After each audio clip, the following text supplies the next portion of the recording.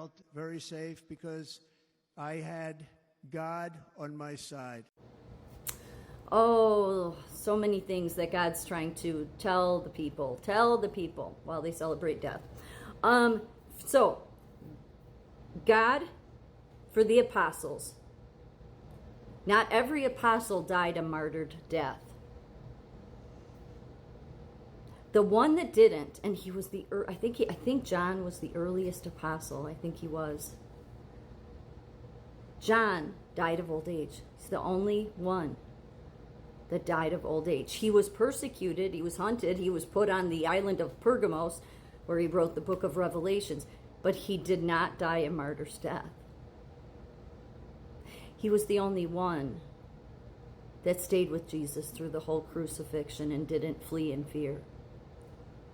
So although I'm not ripping on the other apostles, because they had their role to play, there was a reason Jesus told each one of them how they would die. That needed to happen, first of all, okay, to seal everything. Okay? For them, they would die martyred deaths. No, Jesus wanted the living martyrs.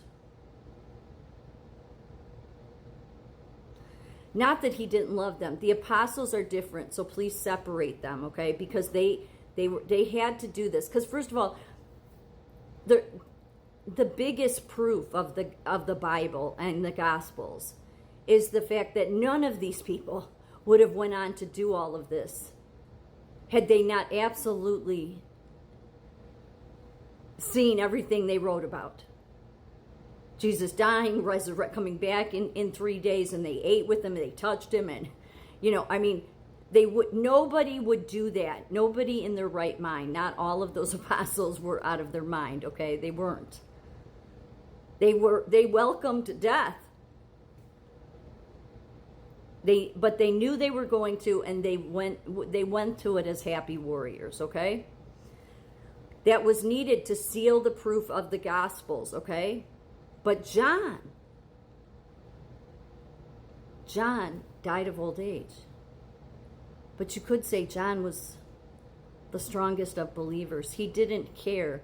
He didn't fear staying with Jesus the whole time while he suffered on that cross, while the other ones fled. Not saying anything against the other ones. I'm just saying there was a reason God told all of them, this is the way you're going to die, Peter, and this is, but he knew John would stay with them. He knew John would be, I would say, the strongest of all the apostles, and he was the one that died of old age, and he went on to write the last book of the Bible. He was given the last of the visions. It was not God's intention for every generation of people to have to suffer martyrdom to death. You would be persecuted, the world would hate you, but not martyrdom to death. It was necessary for the apostles because they had to seal it. They had to seal that was sealing the whole thing. God coming back, making himself the final sacrifice. There's no greater sacrifice, no goat, no ox, no red heifer, no greater sacrifice than God himself offering himself up, okay? So you can't get any greater sacrifice than that. So he was washing the slate clean, otherwise everybody's going to hell. And he needed the apostles to do what they did to go on to be martyrdom to death to seal all of it. But that one apostle there, that one John, that nobody really ever talks too much about. I mean, they do, but they don't talk about why did he die of old age? Well, because he stayed.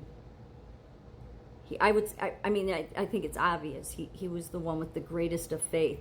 Even though all the apostles went on to do what they were supposed to do, it really wasn't until after Jesus came back and they saw him resurrected. Okay? That's when their faith, that's when they were like, wow, no, I can definitely go on and die. I'll go on and live the persecuted life, and I know I'm going to be persecuted to death, martyrdom to death. But they didn't fully believe until they saw Jesus come back after resurrection. Then it was like sealed deal. They were all in. John, on the other hand, he believed before seeing Jesus resurrected.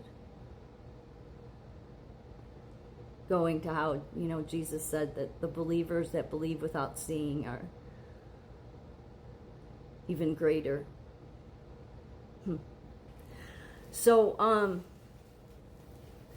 that right there shows that some, yes, most of them went and were martyred to death.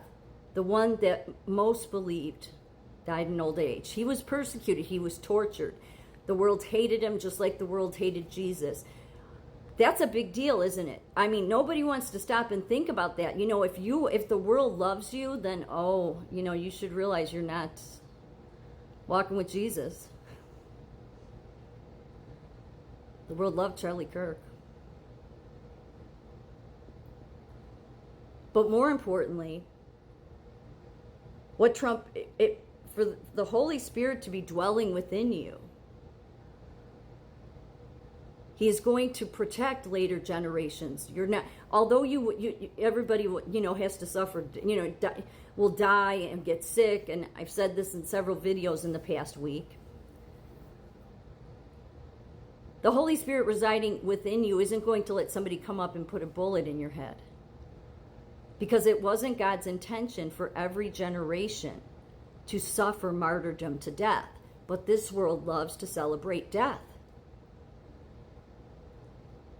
And how do you know that? Because John was not martyred to death. That was the message. His faith being stronger than all the other apostles, not taken away from the other saints, because they're all saints. But John, he fully believed, fully was in even before God, before Jesus resurrected in 3 days. That's pretty fantastic. Talk about it. He's like head of the saints, in my opinion.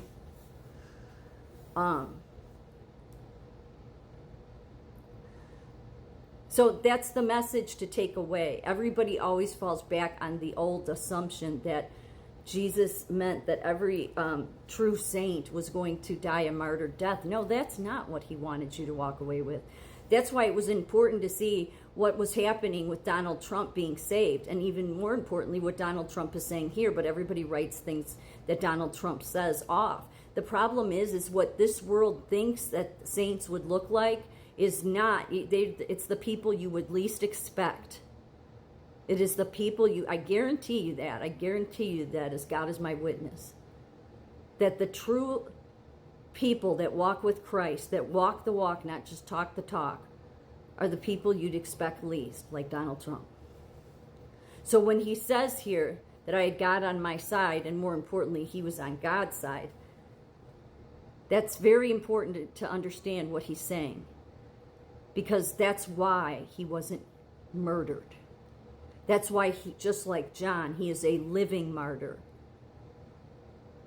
Those are the greatest of saints to God, because they're willing to die for the cause. But they're so faithful that they aren't just talk the talk, they walk the walk.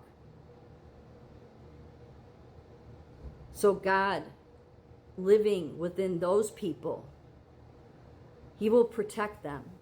He protected Donald Trump, just like, even though the Apostle John was tortured and persecuted, the Holy Spirit never allowed them to totally kill John. That's the message that should be taken away from the difference why Donald Trump was saved from assassination and why others who talk the talk are not.